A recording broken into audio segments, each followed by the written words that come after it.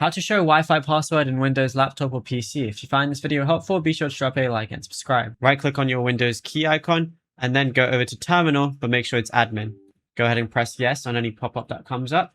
And then what we want to do is type in the following. So all you got to go ahead and do is once you're here, go ahead and type in net sh like so, then wlan show profiles like so. It's going to show any profiles that you have right here.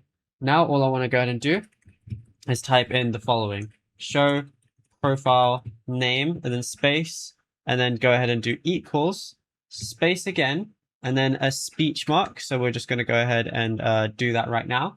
And then you have to do whichever profile you want. So let's say I wanted to do iPhone. I would just do that one, which is the first one, then do the closing speech mark, and then do key, which equals the password, and then equals clear, like so, and then go ahead and press enter, and then that's it. You'll see your password.